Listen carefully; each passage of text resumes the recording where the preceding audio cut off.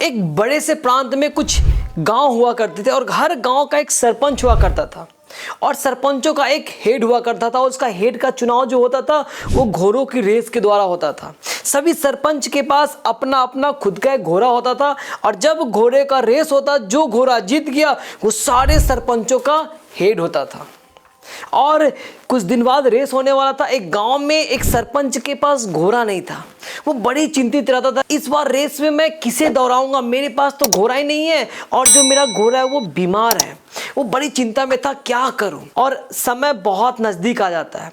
आपको पता है गांव के कुछ बुद्धिजीवी लोग होते हैं, कुछ समझदार लोग होते हैं जो आइडिया जाकर देते हैं। उन लोगों में से कुछ लोग आते हैं और सरपंच जी को बोलते हैं, आप टेंशन क्यों ले रहे हैं, हमारे पास ऐसा है एक घोड़ा जिसे रेस में दौड़ाएंगे और सभी सरपंचों का हेड आपको बनाएंगे।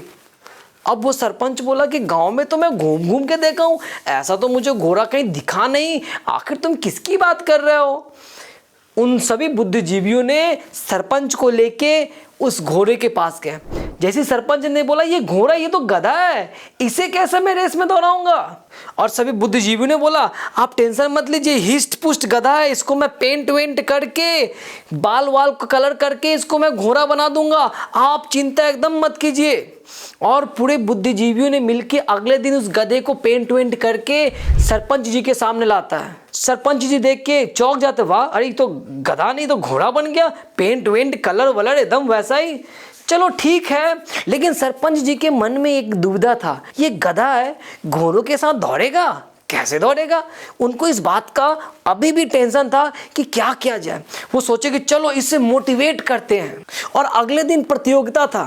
पूरी रात सरपंच जी उस घोड़े को मोटिवेट करते रहे, तेरे अंदर दम है, तू बहुत ताकतवर है, तू अपनी जाति का नाम चेंज कर देगा, तू वो कर सकता है, तू गधा नहीं, तू घोड़ा है, तू घोड़ा है, तू घोड़ा है। वो गधा सोचने लगा, हाँ मैं सच में घोड़ा हूँ। और जैसे बोलता है ढेंचू, फिर नहीं, मुझे ढेंचू नहीं बोलना है, ढेंचू तो गधा का आवाज होता है, मुझे घोड़ा कर मुझे घोड़ा बनना है।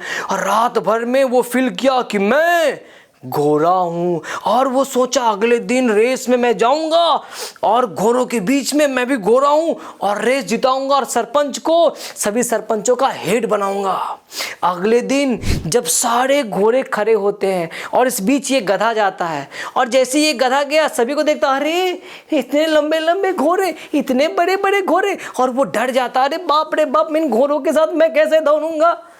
रात भर का पूरा मोटिवेशन, तू गधा नहीं तू घोड़ा है, तू घोड़ा है, पूरा मोटिवेशन वहां पे चेंज हुआ था। अरे ये तो घोड़ो है, घोड़ो, और मैं तो गधू, कैसे दौड़ूंगा इसके साथ। बड़ी चिंता में आता है।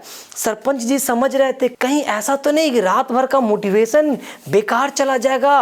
वो बड़ी चिंता में थे, लेकिन वो कुछ आइडिया लगा के आए थे।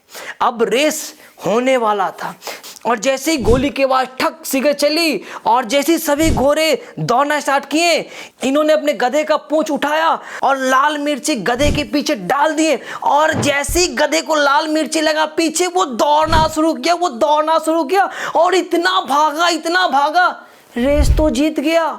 जीतने के बाद भी भागता रहा और सीधे नदी में पहुंचा। जिस कहानी से क्या सीख मिलता है दोस्तों, इधर अपने लक्ष्य के पीछे खुद भागो, नहीं तो कोई और आपको अपने लक्ष्य के लिए मारता आपको अपना काम करवाता रहेगा। इसलिए अपना जीवन अपने लक्ष्य में लगाओ, अपने जीवन के सफलता में लगाओ, नहीं तो गधे को घोड़ा बनाना, फिर उसे मार के आगे बढ़ाना, ऐसा नहीं है। आप घोड़े हो, आप महान हो, खुद को पहचानो, जीवन में आगे बढ़ो। अगर एक कहानी मजेदार लगा सब्सक्राइब करें और कमेंट में जरूर बताएं। मैं आनंद कुमार, मोटिवेशन स्पीकर, और इस वीडियो को जरूर अपने दोस्तों में शेयर करें। उन्हें भी तो पता होना चाहिए वो घोड़े हैं या गधे हैं। अगर गधे हैं तो क्या करना चाहिए। चलिए मिलते हैं नेक्स्ट वीडियो में फिर आपसे।